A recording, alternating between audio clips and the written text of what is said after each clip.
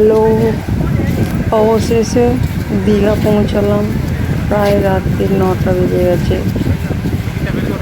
দীঘা স্টেশনে এই সব কিছু ভিডিও বানালাম। দীঘায় এসছি, সবাই মাল। এই যে আমাদের হোটেল। তারপরের দিন সকালে একটা ফটো তুলেছি সিঁড়ি দিয়ে। আমাদের উপরে দোতলায় রুম ছিল।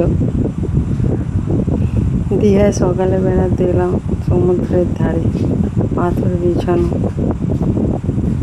দারুণ লাগছিল সকালটা। অনেক ভোরে এসেছি, তাও সূর্য ওঠার পর এই ছবিটা তুলেছে।